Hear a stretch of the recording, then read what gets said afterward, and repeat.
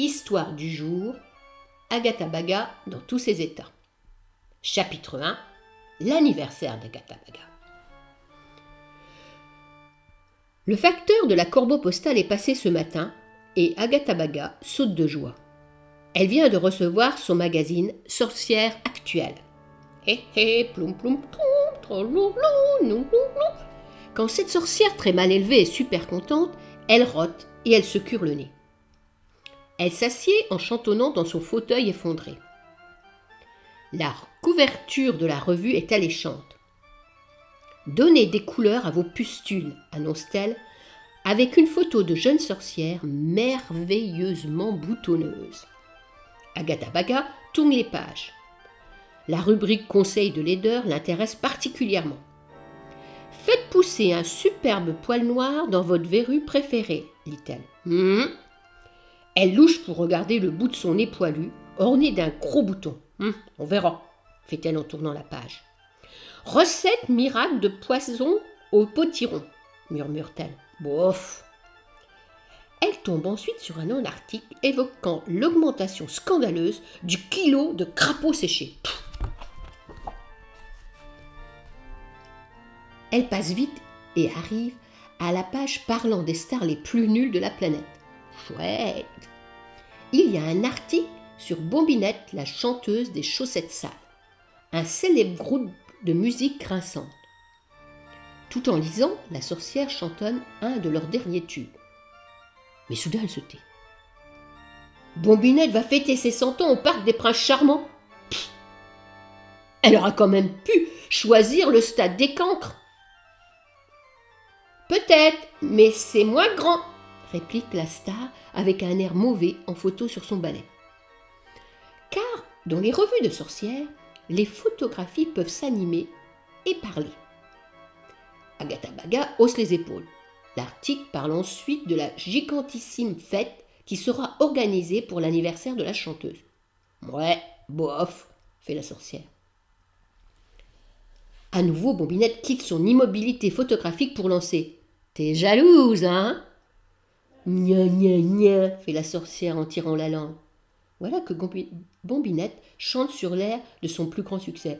Agatha Baga est jalouse comme une bouse. La sorcière sent la moutarde lui monter au nez. Et quelle moutarde! Son visage devient bleu, puis rouge, avant de virer au marron de sorcière, cuite à point. Puis elle explose. Tu sais ce qu'elle te dit, la bouse? Ses compagnons domestiques se ruent aux abris. Le chat Balthazar s'aplatit sous le tapis persan. La chauve-souris Croque-Mouche se réfugie dans la cheminée. Corbillard, le corbeau, fait semblant d'être empaillé. Merlanfri, le hibou, ferme les yeux. Et l'araignée noire au coin du plafond devient blême. Même Bombinette change de teint. Elle jaunit de peur. Elle a raison. Car Agatha Baga piétine avec rage son magazine puis le jette au feu. « Rah !» rugit-elle pour finir. « Je me sens mieux !» Mieux, certes, mais un peu anxieuse tout de même. « Et moi ? Mon anniversaire ? C'est quand ?» Elle se gratte le crâne sous ses cheveux gras, tourne en rond les mains dans le dos, rien à faire. Elle ne se souvient plus de sa date de naissance. « C'est un peu fort de Roquefort ! Merlanfri, quand est-ce que je suis né ?» Le hibou sur sa poutre ouvre les yeux. Le 36 du mois, je crois. Ah, Balthazar, tu dois bien le savoir, toi, depuis le temps que je te nourris gratis. Je dirais un jour de pleine lune. V'là bien avancé. Et toi, Corbillard, t'as intérêt à savoir, sinon... Elle montre ses doigts crochus. Sinon quoi ? S'inquiète l'oiseau perché sur l'armoire. Je te plume le cou et la queue, et le dos et le jabot. Regarde dans ton grimoire de famille, tête d'asticro, croise le corbillard. Trouvant l'idée bonne, Agatha Baga se précipite dans sa bibliothèque. Elle y déniche l'antique livre où figurent tous les membres de la famille, à commencer par l'ancêtre Agathan Néphériti, représenté en fresque égyptienne. La sorcière passe les générations. Arrière-mémé, Agatha mi-frileuse, marmontel, mémé, Agatha tagada, mariée au sorcier de soin, ouais. Maman, Agatha patate, soupire-t-elle avec un tendre sourire. Elle tourne la dernière page du grimoire de famille. Nom d'une chauve-souris! Elle voit bien sa photo en bébé tout nu, avec sa jolie verrue sur le nez, son poids de l'époque qui est indiqué, mais une grosse tache d'encre masque la date de naissance. C'est pour ça qu'elle s'en souvient plus. Épouvantée, la sorcière éclate en sanglots. Je suis pas née. J'ai jamais eu d'anniversaire. C'est pas juste. Ses petits amis s'avancent, effarés et émus, car c'est bien la première fois qu'ils voient pleurer leur maîtresse. Mais des larmes de sorcière, ça devient vite un problème. Elles sont brûlantes comme de l'acide sulfurique.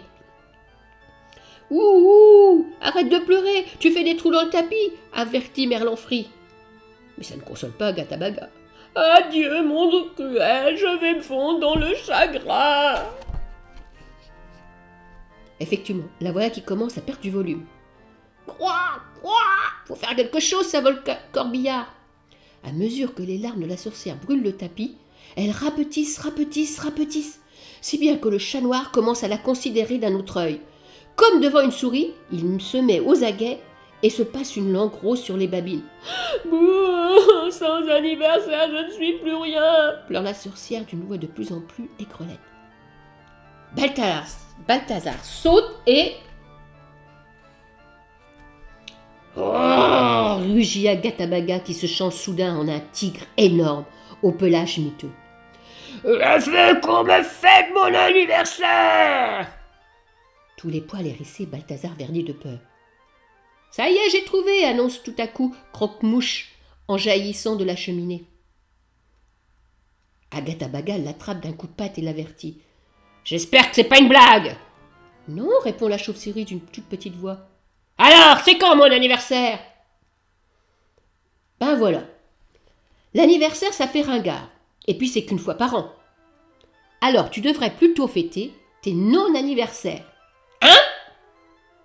Fait Agatha Baga qui reprend sa forme habituelle. Ben oui. Comme ça sera tous les jours ta fête.